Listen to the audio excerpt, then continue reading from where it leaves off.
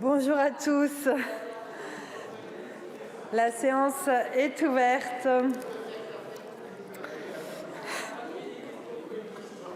Alors, l'ordre du jour appelle les questions au Premier ministre. La première question va être posée par la France Insoumise avec Madame Anne Stenbar-Thérenard.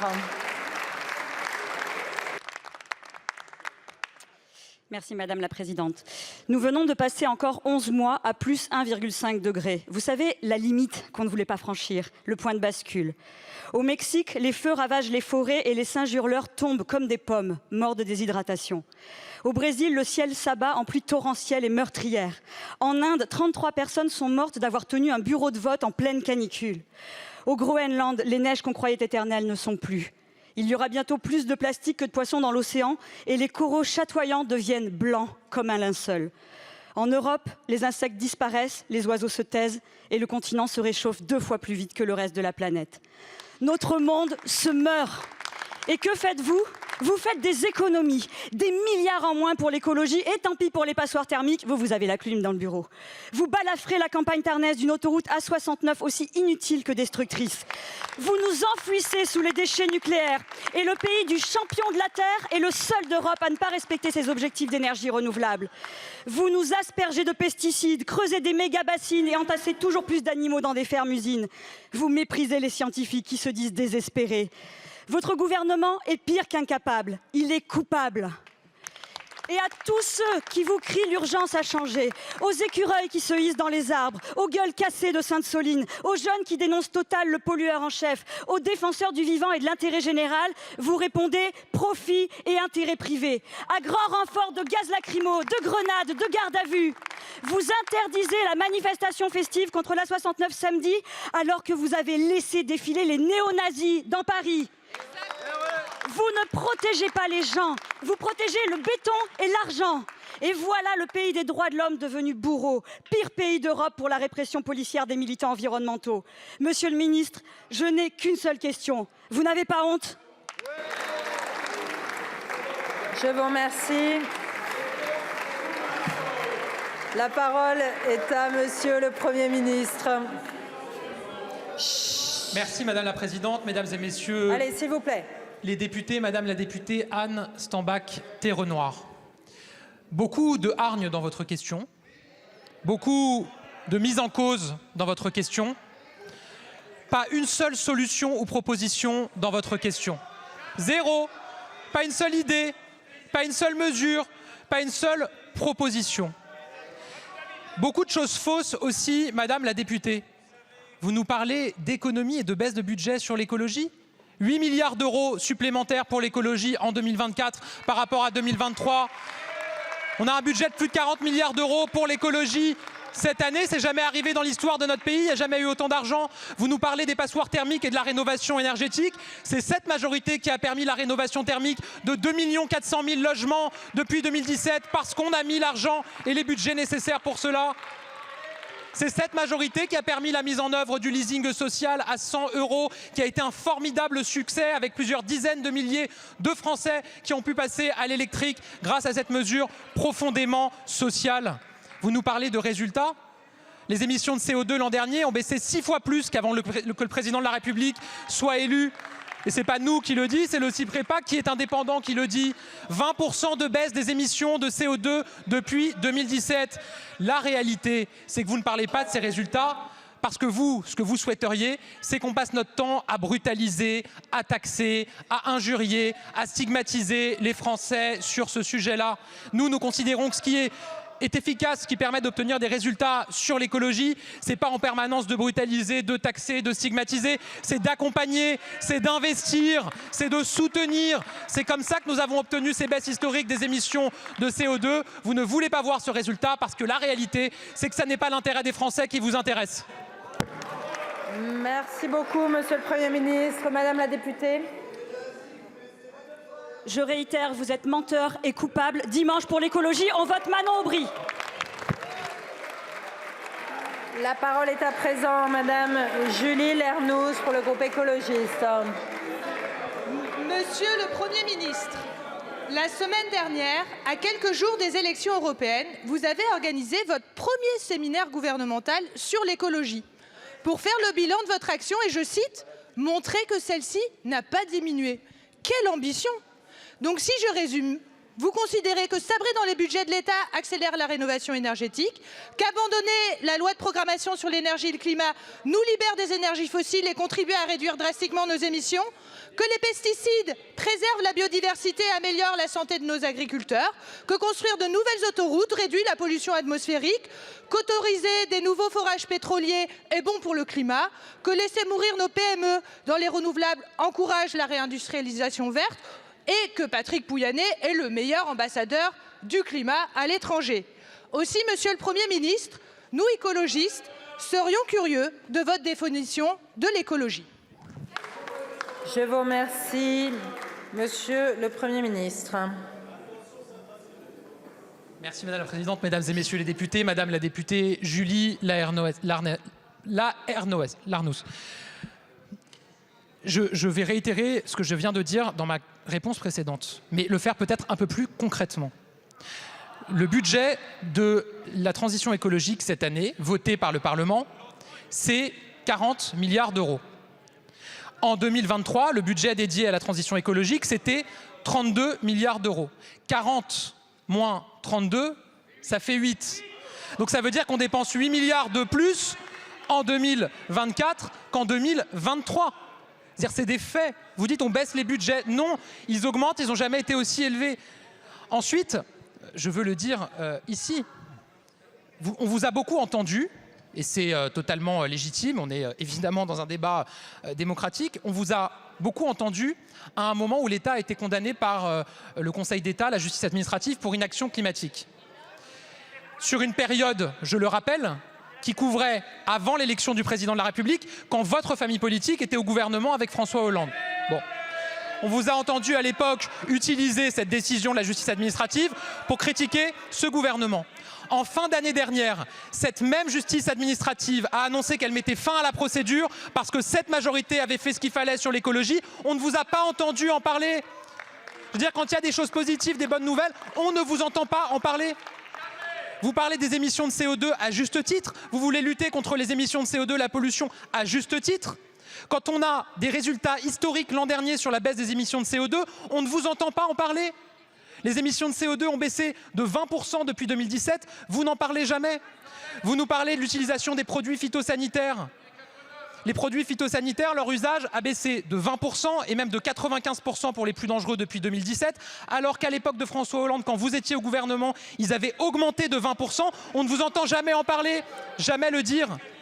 Je pose cette question sincèrement. Et la réalité, je pense que j'ai la réponse à cette interrogation, c'est que la réalité, c'est que la lutte contre le changement climatique, pour vous, ça n'est pas une fin en soi, c'est un moyen. Un moyen parce que ce que vous recherchez, c'est pas tant l'écologie, c'est la décroissance. L'écologie, pour vous, c'est un argument au service d'une idéologie décroissante. Parce que ce que vous voulez imposer, c'est pas la baisse des émissions de CO2, c'est pas une meilleure biodiversité, c'est moins d'usines, moins d'agriculteurs, moins d'activités économiques, moins de travail pour les Français. Là, il y a une vraie différence de vision entre vous et nous. Nous considérons qu'écologie et économie, non seulement c'est compatible, mais c'est bon pour les Français et nous poursuivrons sur cet agenda plus efficace que le vôtre. Je vous remercie, Monsieur le Premier ministre. Madame la députée. Monsieur le Premier ministre, vous démontrez que vous ne comprenez profondément pas ce qu'est l'écologie. Vous vous gargarisez des baisses des émissions, mais votre politique n'y est pour rien et vous le savez. Le CITEPA et ONG s'accordent. L'une des principales causes de cette baisse, c'est la sobriété subie par les ménages les plus précaires. Vous vous cachez derrière votre formule magique de l'écologie à la française, en faisant appel à la fierté nationale pour opérer des reculs sans précédent sur l'écologie. Or, l'écologie demande une action claire, déterminée et résolue.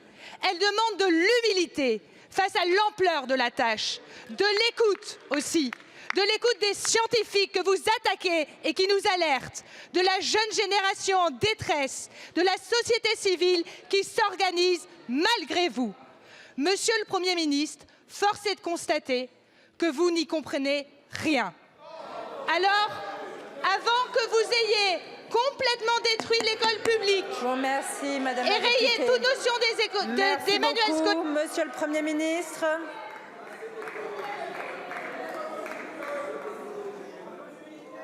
Madame la députée, vous citez le CITEPA.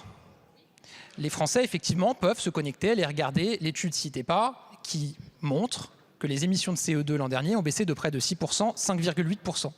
Vous dites, quand on lit l'étude, il y a écrit que c'est conjoncturel avec la... Mais laissez-moi terminer, laissez-moi m'exprimer.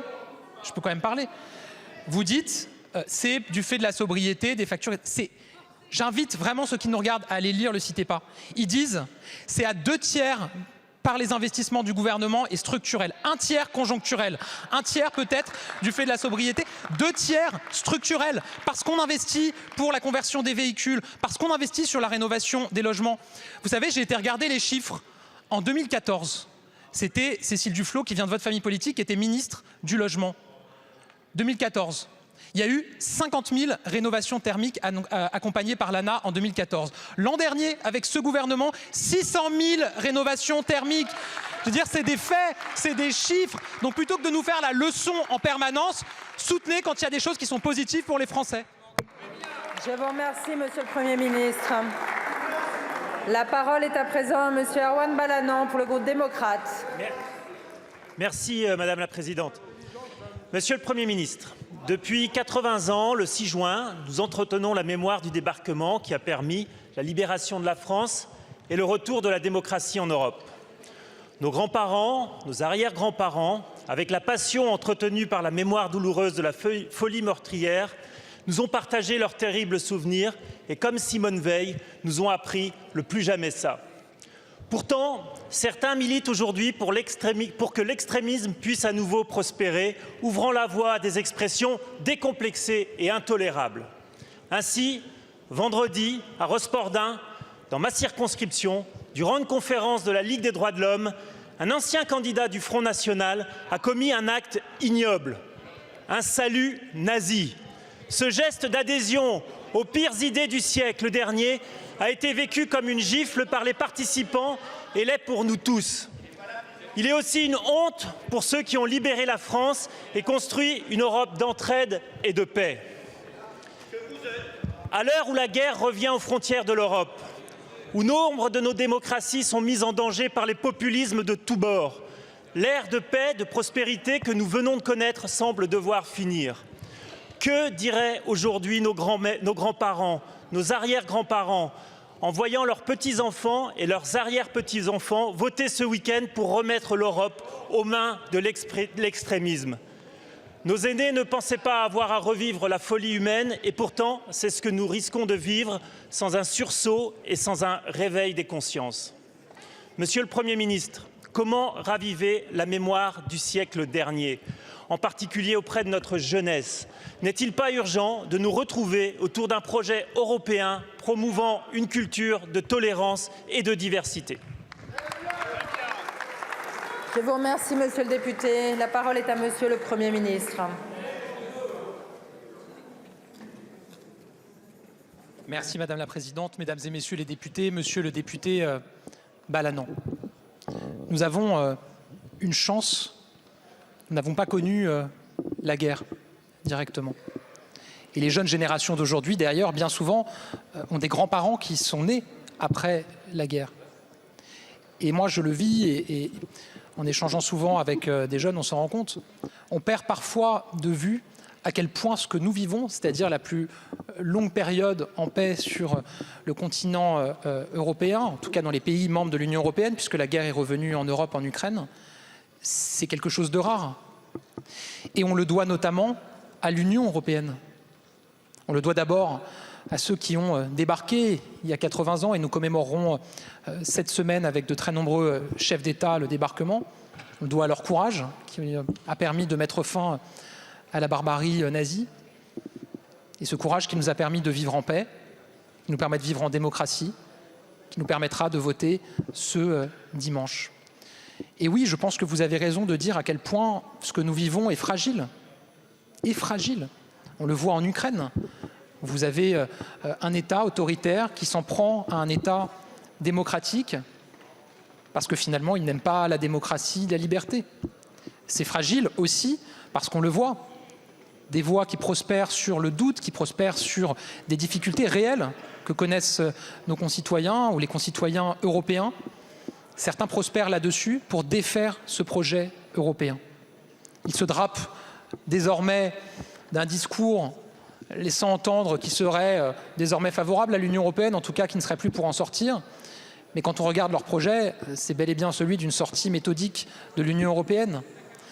La plus grande inquiétude aussi, c'est que pour la première fois probablement, c'est ce qui fait du moment que nous vivons un moment particulièrement important, pour la première fois, ceux qui portent cette voie-là, dans tous les pays européens, pourraient être en mesure de bénéficier d'une minorité de blocage, c'est comme ça que ça s'appelle, en tout cas d'une capacité à paralyser les institutions européennes. Est-ce qu'on imagine ce qui se serait passé ces dernières années si l'Europe n'avait pas pu fonctionner? Comment on aurait géré la pandémie et l'achat de vaccins pour nos concitoyens? Comment on aurait géré la crise économique et la relance? Comment on aurait géré le soutien à l'Ukraine si l'Union européenne était paralysée de l'intérieur? Et donc, à travers les mots qui ont été les vôtres, vous avez dit combien l'enjeu qui se joue à l'occasion de ces élections européennes est majeur pour la protection des Français, la protection des Européens. Je vous remercie. Merci beaucoup, Monsieur le Premier ministre. La parole, s'il vous plaît, est à Monsieur Paul Molac pour le groupe Lyot. Merci Madame la Présidente. Monsieur le Premier ministre, ma question porte sur la nécessaire réforme de décentralisation dont a cruellement besoin notre pays. En l'espace de quelques jours, 2 rapports ont été publiés à propos de la décentralisation, le rapport Ravignon et celui de notre collègue Éric Woerth. Avec leurs différences et parfois leur maladresse, ces rapports pointent tous deux l'importance pour notre pays de se réformer dans la lignée d'une décentralisation entamée il y a plus de 40 ans et qui n'a pas vraiment trouvé son aboutissement. Aujourd'hui, la France est sans doute le pays le plus centralisé d'Europe. Les collectivités locales ne disposent pas des leviers fiscaux, de l'autonomie réglementaire afin de mettre en œuvre une action publique efficiente pour nos concitoyens. Le rapport Ravignon estime à 7 milliards le coût du millefeuille administratif et de la suradministration de l'État central. C'est faramineux dans le contexte budgétaire que nous connaissons. Monsieur le Premier ministre, la France est un pays riche de sa diversité. Nous ne pouvons plus continuer avec cette uniformité. Nous ne pouvons plus aujourd'hui être administrés sous un spectre centralisateur. Nous devons faire confiance aux territoires et bien sûr aux élus locaux. Un calendrier des réformes à venir, et je pense notamment à nos amis corses dont le peuple a de manière très claire exprimé le choix de s'orienter vers une autonomie. Je pense également à la région Bretagne qui a voté à la quasi-unanimité des groupes de son hémicycle un rapport pour l'autonomie. Nous avons entendu ce choc de décentralisation sur la dernière mandature qui a finalement accouché d'une souris avec la loi 3DS, bien loin des attentes de notre territoire. Quelles sont les mesures de ces 2 rapports, Monsieur le Premier ministre, que vous comptez mettre en œuvre? Et bien sûr, quand? Pouvez-vous nous assurer que le prochain acte de décentralisation sera bien celui de la différenciation législative, de l'adaptation réglementaire et de l'autonomie fiscale? Merci beaucoup, Monsieur le député. La parole est à Monsieur le Premier ministre. Merci Madame la Présidente, Mesdames et Messieurs les députés, Monsieur le député Paul Molac. Nous avons une organisation administrative en France avec l'État, les collectivités territoriales, qui permet une action publique, je crois, de qualité, évidemment qualité que nous devons renforcer, mais en tout cas une proximité avec nos concitoyens.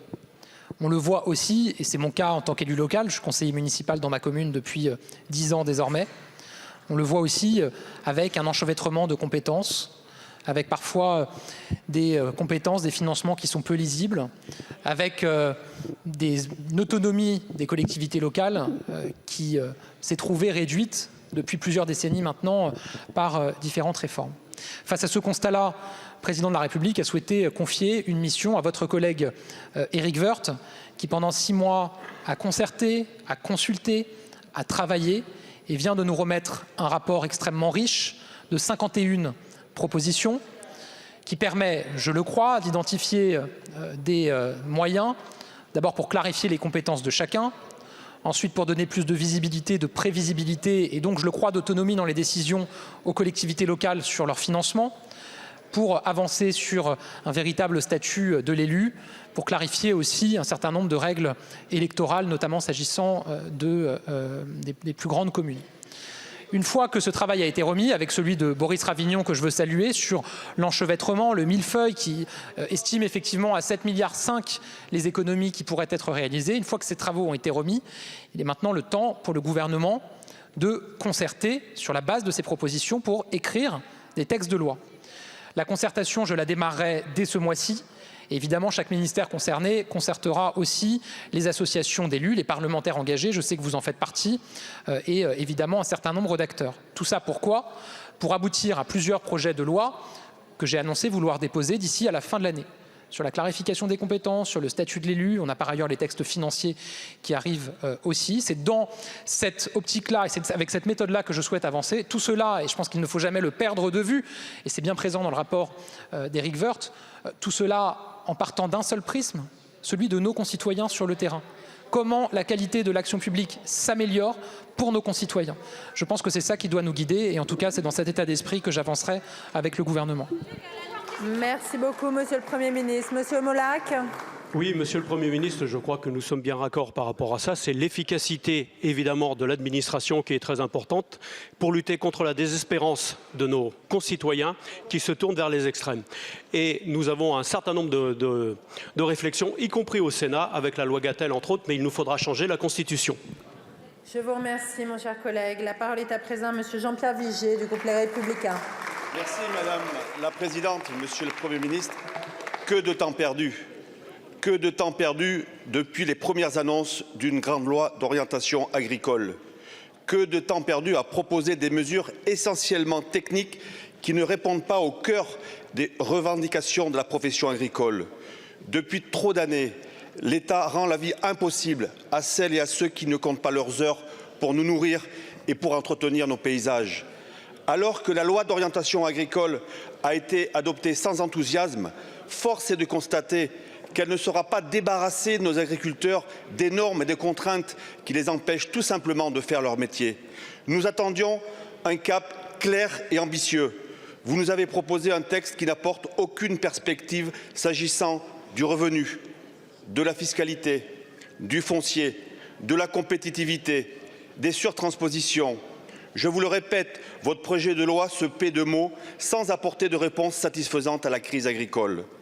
À 4 jours d'un scrutin européen décisif, je veux saluer les résultats obtenus et les engagements de nos députés européens, les Républicains, en faveur de la cause agricole et de notre ruralité.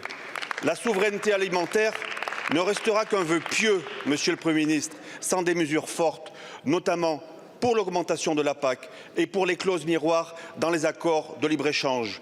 Alors, Monsieur le Premier ministre, quand comptez-vous réagir pour enfin redonner de la valeur au socle nourricier de la nation? Je vous remercie. Je vous remercie, mon cher collègue. La parole est à Monsieur le Premier ministre. Merci Madame la Présidente, Mesdames et Messieurs les députés, Monsieur le député Jean-Pierre Vigier. J'ai eu l'occasion de le dire dès ma nomination à Matignon.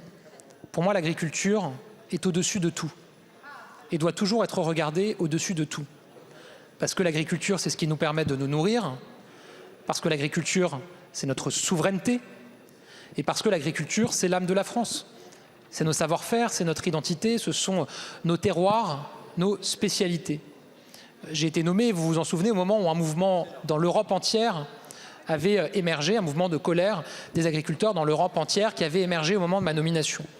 J'ai passé beaucoup de temps avec les agriculteurs, avec leurs représentants, mais aussi avec les agriculteurs sur le terrain. Il y a beaucoup à faire pour améliorer leur quotidien, simplifier un certain nombre de règles, sortir de situations kafkaïennes, d'injonctions paradoxales. Vous avez d'un côté une loi qui les oblige à débroussailler pour des raisons de lutte contre les feux de forêt et de l'autre une loi qui leur interdit de débroussailler pour la biodiversité. Vous avez 14 règlements différents ou 14 textes différents sur les haies et où vous avez, la météo des dernières semaines a remontré à quel point c'était important, des pluies qui ne peuvent bien souvent pas stocker alors même qu'ils peuvent se retrouver ensuite dans des situations de sécheresse. Des enjeux de revenus également. Tout ça, j'en suis conscient. J'ai travaillé sur une série d'engagements, 65 engagements avec les agriculteurs. Ces engagements, ils se traduisent dans différents textes. Il y a la loi d'orientation agricole effectivement, mais il y a d'autres textes qui vont arriver aussi, notamment sur la question du revenu, après la mission confiée à Anne-Laure Babot et Alexis Izard, sur la question des phytosanitaires, puisqu'on s'est engagé à supprimer le conseil stratégique phyto, là aussi, dépôt à l'été, sur la question de compétitivité et les questions fiscales dans les textes financiers qui seront présentés. Donc la loi d'orientation agricole, c'est un chapeau, et vous avez ensuite une série de textes très importants qui arrivent. Et je ne parle pas de tout le travail réglementaire et de ce qu'on a fait. Un exemple qui me vient, puisque quelqu'un a parlé des retenues d'eau, j'ai assumé de modifier l'arrêté de 2021 et son article 4 pour faciliter les dérogations de retenue d'eau, notamment en zone humide, pour permettre à nos agriculteurs de pouvoir mieux retenir l'eau pour ensuite pouvoir faire leur travail. La loi d'orientation agricole, pour moi, c'est une loi importante. Et pas que pour moi, puisque je le dis, les principaux syndicats agricoles, je pense à la FNSEA et aux jeunes agriculteurs, ont appelé à ce qu'elle soit adoptée. On sait qu'ils sont assez vocaux et que s'ils ne considéraient pas que c'était utile, ils n'auraient pas soutenu la loi. Ils ont été très en demande, ils le restent et c'est évidemment important. Et donc je veux saluer la responsabilité du groupe LR, d'abord qui a beaucoup travaillé sur le texte, et il y a 80 amendements. Non mais je dis, il y a 80 amendements qui ont été adoptés venant de votre groupe. Évidemment, la majorité a aussi travaillé beaucoup sur le texte, qui ensuite en grande partie l'a voté, d'autres se sont abstenus, je crois que c'est votre cas. Je le dis ici, la NUPES et le Rassemblement national ont voté contre. Je le dis pourquoi ? Parce qu'il y a quelques jours, j'ai parlé avec un agriculteur qui me parle de la LOA et qui me dit effectivement il y a des mesures importantes sur la simplification des sanctions pour qu'il y ait moins de sanctions quand il y a des erreurs, sur le classement de l'agriculture comme intérêt général majeur. Non mais je vois que vous criez parce que ça vous énerve, parce que ça vous met mal à l'aise. Et cet agriculteur, je lui ai dit, le Rassemblement national a voté contre le texte. Et il m'a dit mais non, je vous crois pas. Je dis si, le Rassemblement national, il a voté contre le projet de loi. Parce que c'est ça votre méthode. Vous votez contre dans l'hémicycle, mais en dehors, c'est chut, on dit rien, on se cache, on le répète pas. Parce qu'on joue sur l'ambiguïté. Et après, on va faire croire aux agriculteurs qu'on les aide. C'est comme sur les questions de travail. Vous faites le tour de vos circonscriptions, le Rassemblement national, en allant voir les patrons de PME, les commerçants, les artisans qui cherchent à recruter. Vous leur dites, c'est vrai, il faudrait durcir les règles. Mais une fois dans l'hémicycle, vous votez contre les heures d'activité en contrepartie du RSA. Vous vous opposez à la réforme de l'assurance chômage. Bas les masques, bas les masques. Donc oui, monsieur le député, on va continuer à agir pour nos agriculteurs. Non, monsieur le député, la loi d'orientation agricole n'écrase pas évidemment tout le travail qui doit continuer à être mené pour nos agriculteurs. Et je le sais qu'avec celles et ceux qui ont réellement l'intérêt du pays et de nos agriculteurs chevillés au corps, nous continuerons à avancer ensemble. Je vous remercie, monsieur le Premier ministre. Monsieur Vigier. Un seul message, monsieur le Premier ministre, et revenons à l'agriculture. Aidons nos agriculteurs, tout simplement. Ce sont les premiers écologistes de France. Ils veulent tout simplement vivre de leur travail. Il faut leur simplifier la vie. Je vous remercie, monsieur le député. La parole est à madame Félicie Gérard pour le groupe Horizon. Merci madame la présidente. Monsieur le Premier ministre, en France, les établissements ou services d'aide par le travail, dits ESAT, accueillent des personnes en situation de handicap qui ne peuvent travailler ni dans une entreprise ordinaire, ni dans une entreprise adaptée. Au sein de nos territoires et en vue de favoriser leur épanouissement personnel et social, 1500 ESAT accompagnent 120 000 de nos compatriotes dans leur insertion professionnelle, pouvant dans certains cas leur permettre une intégration en milieu ordinaire. En raison de leur double vocation, mise au travail et soutien médico-social, leur mission est indispensable. Cependant, de par cette double vocation, entre autres, nos ESAT connaissent souvent des difficultés financières. Et ces difficultés sont accrues par l'entrée en vigueur de nouvelles mesures. En effet, le projet de loi pour le plein emploi permet aux travailleurs en ESAT de bénéficier, comme pour tout salarié, de la prise en charge de leur complémentaire santé et d'une partie de leur abonnement de transport en commun.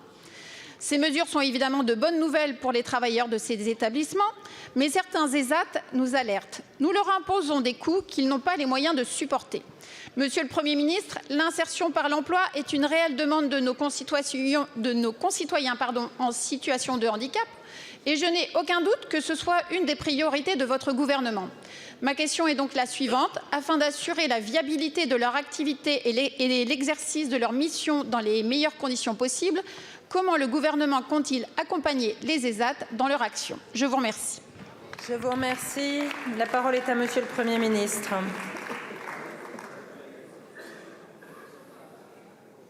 Merci Madame la Présidente, Mesdames et Messieurs les députés, Madame la députée Félicie Gérard. Depuis 7 ans, nous travaillons pour une France véritablement inclusive. Et travailler pour une France inclusive, c'est avancer sur la question de l'école inclusive, sur la question de l'accessibilité de nos bâtiments publics, sur la question de l'accès aux droits pour les personnes en situation de handicap. C'est ce que nous avons fait, qui était poussé, je le sais, et défendu par beaucoup de groupes ici, sur la déconjugalisation de l'AAH. C'est avancer sur tous ces sujets. C'est évidemment avancer aussi sur l'inclusion des personnes en situation de handicap dans le travail. Nous avons beaucoup agi sur ce sujet-là et je donnerai un chiffre. Le chômage des travailleurs en situation de handicap est passé sur les 5 dernières années de 19% à 11%. C'est une baisse de 8 points et surtout c'est le niveau le plus bas qu'on a connu depuis 15 ans. Donc évidemment, il faut continuer, il faut poursuivre. Vous l'avez rappelé, la loi pour le plein emploi a permis un pas de géant pour les 120 000 travailleurs en ESAT, en leur garantissant les mêmes droits que les salariés, tout en préservant pour eux une protection spécifique. C'est une avancée majeure, nécessaire, et j'en suis évidemment, comme vous, très fier. Mais il faut le reconnaître aussi, cette décision a conduit à des coûts supplémentaires pour le budget des ESAT, avec la prise en charge, par exemple, du versement transport ou de la complémentaire santé. Le rapport demandé par le gouvernement à l'IGAS montre que la proportion d'ESAT déficitaires passerait de 29 à 41%. Pour autant, devons-nous revenir sur ces droits en faveur des travailleurs en situation de handicap dont notre majorité s'honore? Non, certainement pas. Alors nous nous mobilisons. Notre investissement pour les ESAT est au cœur de notre stratégie pour l'inclusion et pour l'emploi des personnes en situation de handicap. L'État apporte une aide allant jusqu'à 50% du SMIC pour la rémunération des travailleurs en situation de handicap en ESAT. Sur la partie médico-sociale, la sécurité sociale finance l'intégralité de l'accompagnement des travailleurs en ESAT comme dans n'importe quel autre établissement pour personnes en situation de handicap. Si certains ESAT ont réalisé des bénéfices importants, force est de constater qu'en fonction du type d'activité économique, les situations sont très contrastées. C'est pour cela que nous avons d'ores et déjà mis en place un fonds de transformation de 21 millions d'euros pour accompagner les ESAT. J'entends cependant les inquiétudes du secteur sur le coût supplémentaire engendré par ces nouveaux droits. C'est pourquoi j'ai demandé à Catherine Vautrin et Fadila Khattabi de travailler à des solutions permettant d'assurer la viabilité de leur activité. Vous le voyez, Madame la députée, ce gouvernement fait enfin respecter les droits des travailleurs en ESAT après des décennies de discrimination. Les ESAT sont un maillon essentiel de notre action pour accompagner et former les personnes en situation de handicap, car le plein emploi n'est pas réservé à une partie de la population. C'est notre ambition pour tous. Je vous remercie. Merci beaucoup, Monsieur le Premier ministre. La parole est à Monsieur Grégoire de Fournas pour le Rassemblement national. Merci Madame la Présidente. Monsieur le Premier ministre, le 26 janvier dernier, dans le département des Hauts-de-Garonne, en plein cœur de la mobilisation des agriculteurs contre votre politique, vous annonciez sur une botte de paille, je vous cite, « Je peux d'ores et déjà vous dire qu'on va prononcer 3 sanctions très lourdes contre des entreprises qui ne respectent pas Egalim, 3 situations qu'on a identifiées avec des entreprises importantes et qui seront sanctionnées lourdement. Je rappelle que cela peut aller jusqu'à une part importante du chiffre d'affaires en sanctions financières. On va les prononcer. Il faut montrer l'exemple et notre main ne tremblera pas. On prononcera toutes les sanctions qui sont nécessaires sur ce sujet. Ma détermination est totale. Jeudi dernier, lors d'une audition de la commission d'enquête sur les raisons de la perte de souveraineté alimentaire, le PDG de Bigard nous a confirmé faire partie des 3 entreprises concernées, mais n'avoir aucune nouvelle de cette sanction. Rapporteur de cette commission d'enquête, je me suis rendu lundi au siège de la DGCCRF pour consulter les dossiers d'instruction de ces 3 entreprises. Cette direction a envoyé vendredi dernier une note à votre ministre de l'économie lui indiquant clairement qu'aucune de ces 3 entreprises ne se verra infliger de sanctions financières. Monsieur le Premier ministre, où en êtes-vous de votre détermination pour sanctionner ces 3 entreprises? Je vous remercie. La parole est à Monsieur le Premier ministre. Tout à fait d'accord avec vous, je vais y revenir. Les paroles et les actes. Monsieur le député, Madame la Présidente, Mesdames et Messieurs les députés, Monsieur le député Grégoire de Fournas, j'ai effectivement indiqué, peu après ma nomination, que les entreprises qui contournent et dévoient la loi Egalim doivent être sanctionnées, parce que c'est la loi. Et nous avons, avec Bruno Le Maire, mis en place un plan de contrôle inédit sur les entreprises. Il y a ensuite des procédures de sanctions qui ont été engagées contre plusieurs entreprises, notamment 3 grandes entreprises. Des informations dont je dispose, La procédure contradictoire est en cours. Il n'y a donc pas d'abandon des sanctions, mais à l'initiative de votre question, je vais évidemment interroger les ministères sur le sujet. Mais je vais vous dire, j'ai été très clair et on sera très clair. Quand il y a lieu de sanctionner, qu'il y a possibilité de le faire, on le fait. Mais surtout, on va plus loin que ça, monsieur le député. L'enjeu, c'est aussi de faire évoluer la loi Egalim. Parce qu'il y a des contournements, malheureusement, qui sont légaux. Je vous donne un exemple. La construction du prix en marche arrière. C'est-à-dire quand vous avez un industriel qui va s'accorder avec un distributeur sur un prix et qui se retourne ensuite vers le producteur pour lui dire en fait c'est dealé, c'est signé avec le distributeur, tu dois respecter ce prix. C'est légal malheureusement parce que la loi Egalim ne dit pas que c'est interdit. C'est un contournement qui n'est pas possible. On souhaite, nous, une construction du prix en marche avant, c'est-à-dire qu'un industriel ne puisse pas signer un prix avec un distributeur s'il n'a pas signé auparavant un prix sur la base des coûts de production des filières avec les producteurs. Ça, c'est le travail qui a été confié à Anne-Laure Babot, Alexis Izard, qui travaillent en ce moment et qui donnera lieu à un texte de loi cet été pour faire évoluer la loi Egalim.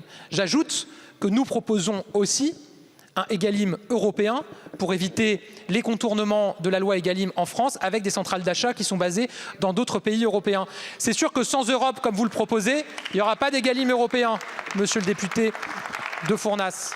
Parce que les paroles et les actes, excusez-moi, je rebondis sur ce que vous avez dit, monsieur le député, c'est quand même à vous qu'on peut le reprocher. Vous dites que vous voulez soutenir les agriculteurs. Les agriculteurs appellent au vote de la loi d'orientation agricole, les deux principaux syndicats agricoles. Vous votez contre et dans vos circonscriptions, vous faites croire que vous l'avez voté. Et si les agriculteurs, ils nous ont tous demandé qu'on classe l'agriculture parmi les filières en tension pour pouvoir avoir recours à de la main-d'œuvre étrangère. Vous dites c'est immigration zéro et on ne veut pas d'étrangers. Vous dites on défend l'agriculture, mais vous êtes contre l'Europe. L'Europe, c'est la PAC. 9 milliards d'euros pour nos agriculteurs.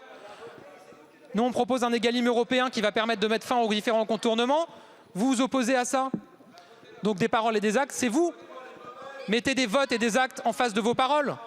Ou alors changez vos paroles pour qu'elles correspondent à vos actes et à vos votes. Mais à ce moment-là, je pense que vous aurez peu de succès auprès de nos agriculteurs puisque vous votez toujours contre eux. Merci beaucoup, monsieur le Premier ministre. Monsieur de Fournas. Monsieur le Premier ministre, nous avons voté contre la loi et nous l'avons tellement assumé que nous avons même fait un communiqué pour le dire. Au moment où vous avez annoncé ces sanctions, vous saviez pertinemment à ce moment-là qu'il y avait très peu de chances qu'elles puissent déboucher sur une sanction. Vous avez donc sciemment menti aux agriculteurs qui désespèrent de votre inaction. Loi Egalim inappliquée, loi d'orientation agricole scandaleusement vide. L'agriculture continue son déclin dramatique et cela par votre faute et vos mensonges. Je vous remercie. La parole est à présent à madame Red Arbelot pour le groupe GDR. Madame la Présidente, Monsieur le Premier ministre, mes chers collègues, Yaorana. En Polynésie française, le taux de remplacement pour la pension civile des fonctionnaires d'État est de 41% contre 73,8% en Hexagone. Car seuls 54% de leur traitement indiciaire est pris en compte dans le calcul de la pension civile. La part indiciaire majorée sur laquelle ils sont pourtant retenus est exclue du calcul. Une indemnité, la fameuse étant décriée ITR, complétée à raison la pension civile de 30%. Sauf que depuis sa réforme en 2009, ce complément retraite décroît pour s'éteindre dans 4 ans. Le taux de remplacement incluant cette indemnité est alors passé de 41 plus 30, soit 71% en 2008, à 51% en 2018 et 43% en 2023. Pour pallier à la disparition de ce complément, le PLF 2024 prévoit la CVR, cotisation volontaire de retraite, une capitalisation de type RAFP qui promet un complément fantastique de 4,4%, soit un taux de remplacement global de 45,4%. Pour 1 000 € de traitement, un retraité en hexagone touche une pension de 738 €. Un retraité polynésien touchera une pension de 410 € et 44 € de complément retraite.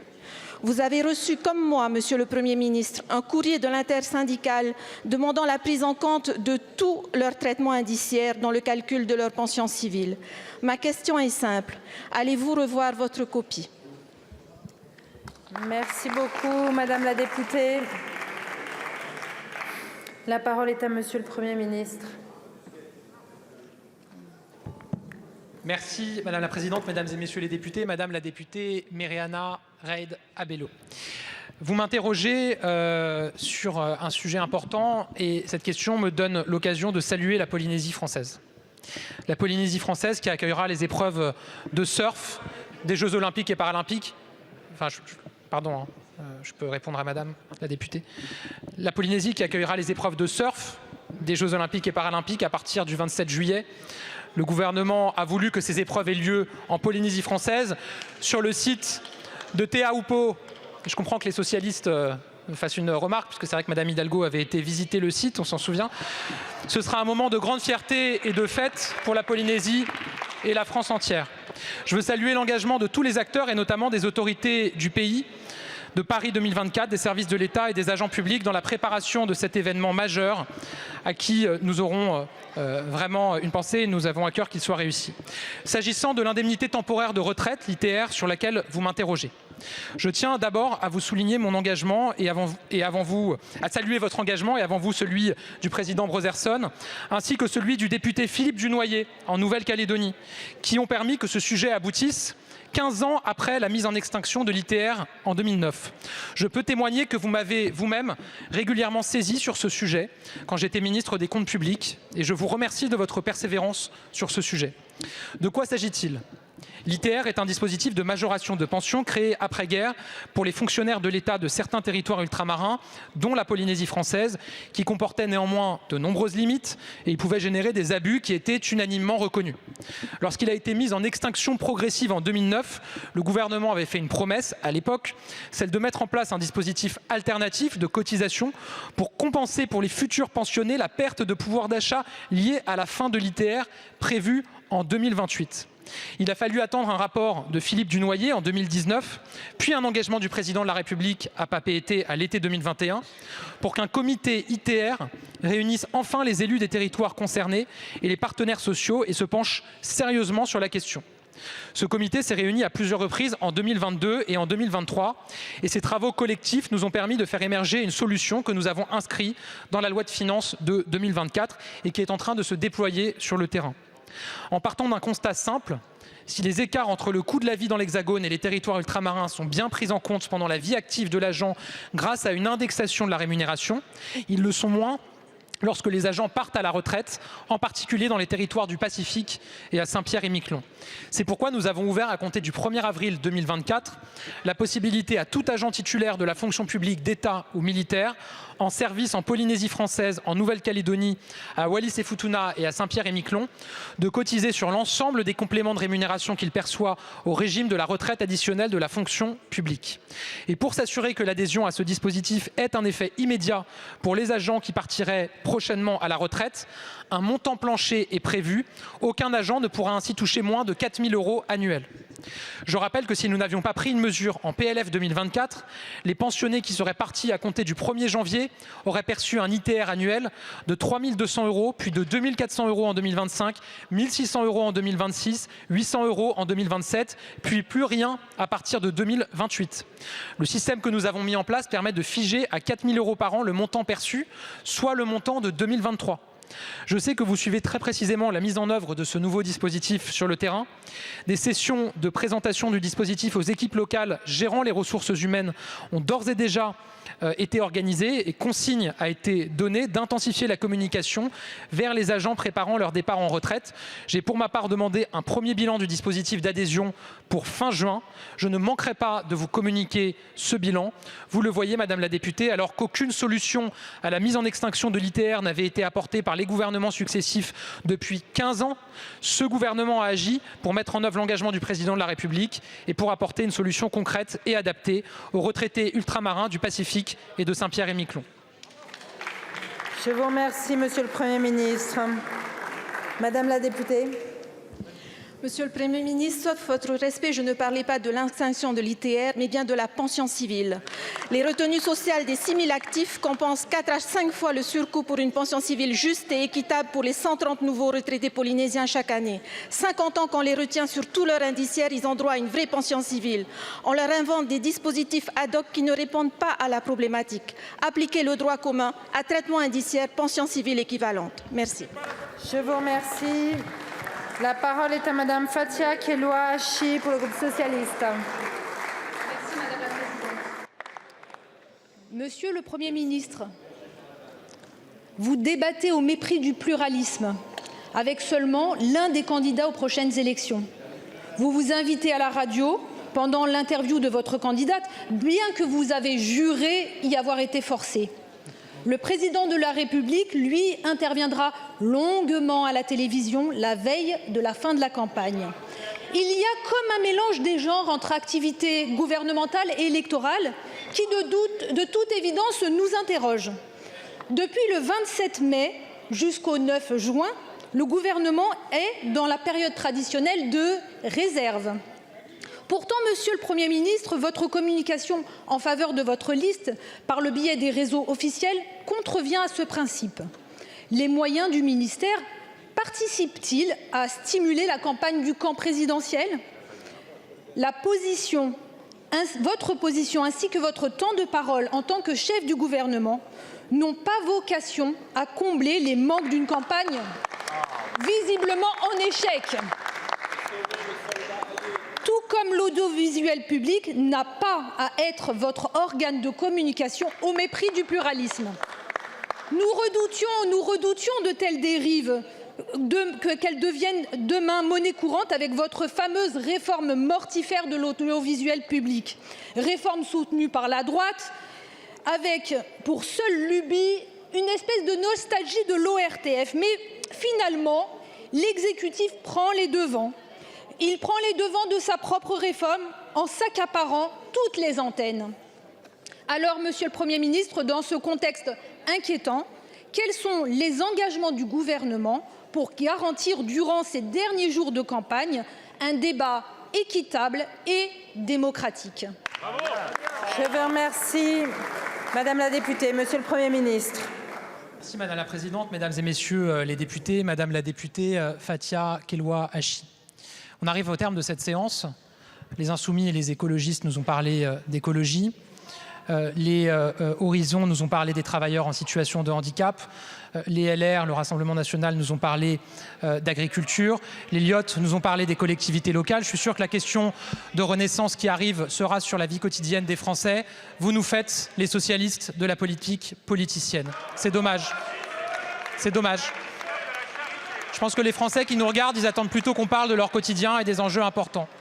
Pourquoi c'est de la politique politicienne ?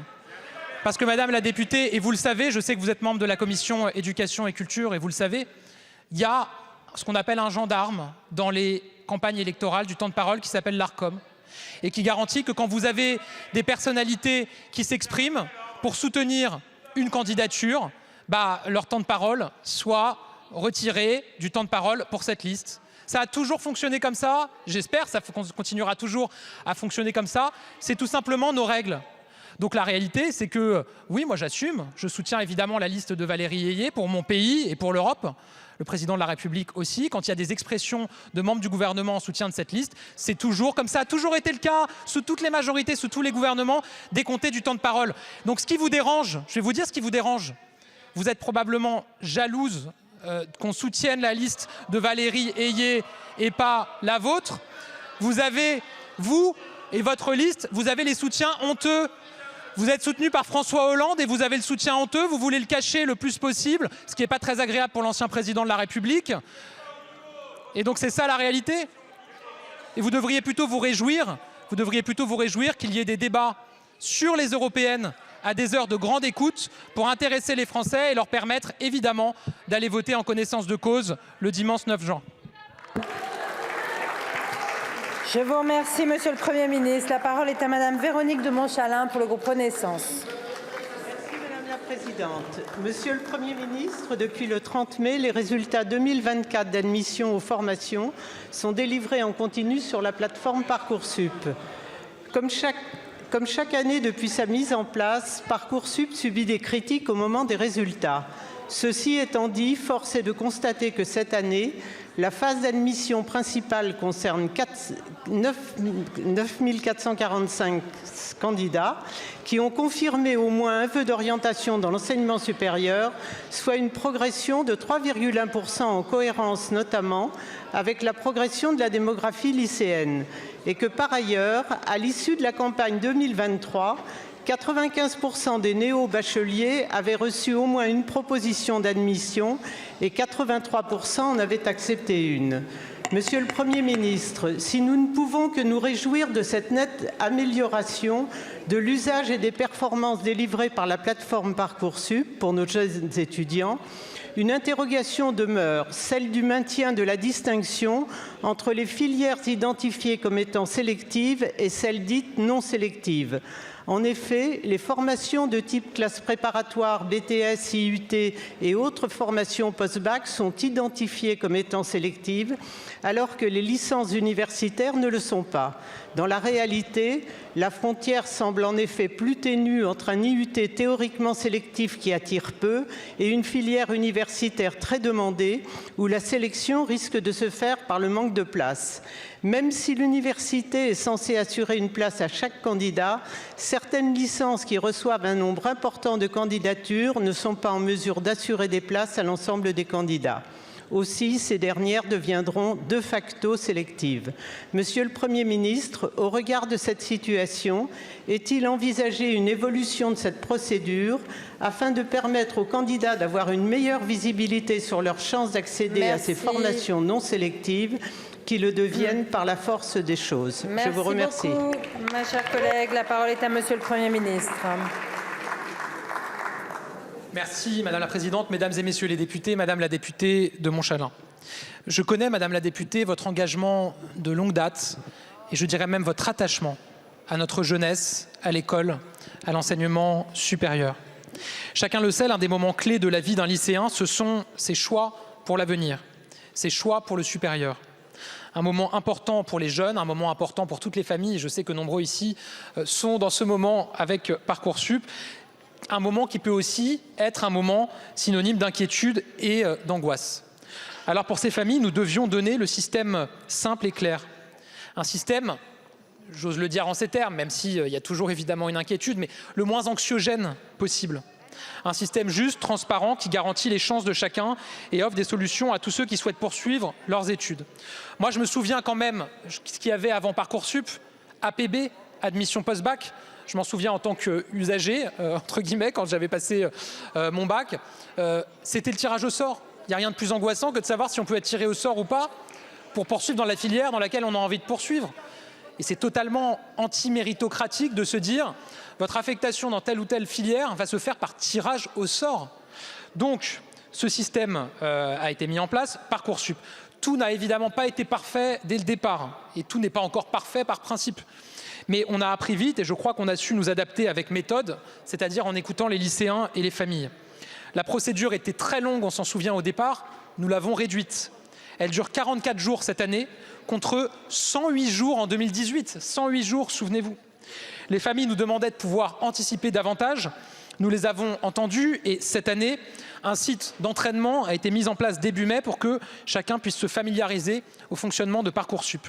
Et cette année, je suis heureux d'abord pour les jeunes et leurs familles que les affectations par Parcoursup se soient déroulées sans difficulté.